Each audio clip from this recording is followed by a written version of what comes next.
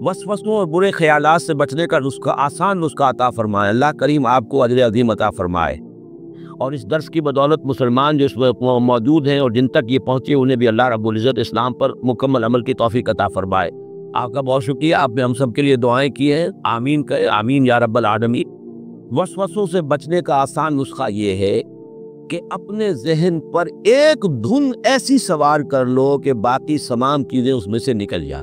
हदीस नबी है, मन जाला हुमूमहु हम्मन वाहिदन हम्मल आखिरते कफ़ल्लाहु जमीअ हुमूमिही फिद दुनिया।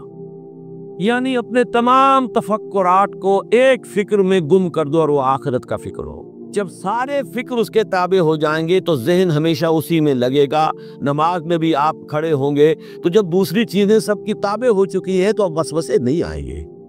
लेकिन अगर आपने अल्लाह और दीन और रसूल को तो दिमाग की एक गोशे में गठरी में बांध के रखा हुआ, बाकी सारे दिमाग पर कब्जा है दौलत का, शोहरत का, वजाहत का, रिश्तों का, हैसियतों का, तो जाहिर बात है नमाज में तो फिर जो दिमाग में जो होगा चक्की वही कुछ पीसेगी जो उसके अंदर है, आपने डाला वही हुआ है।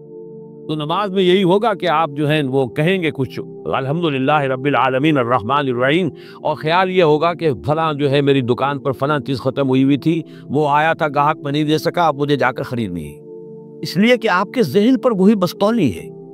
तो होना ये चाहिए कि फ़िक्र, अल्लाह की मोहब्बत, अल्लाह के मतलूब व मखतूद होने की कैफियत, आखिरत का तसव्वुर, उसकी जवाबदेही, ये चीज़ें इतनी छा जाएं कि फिर ये कि शैतान को भी दाखिल होने के लिए बड़ी मेहनत करनी पड़े, मुशक्क़त करनी पड़े उसके अंदर कोई हेडवे बनाने के लिए।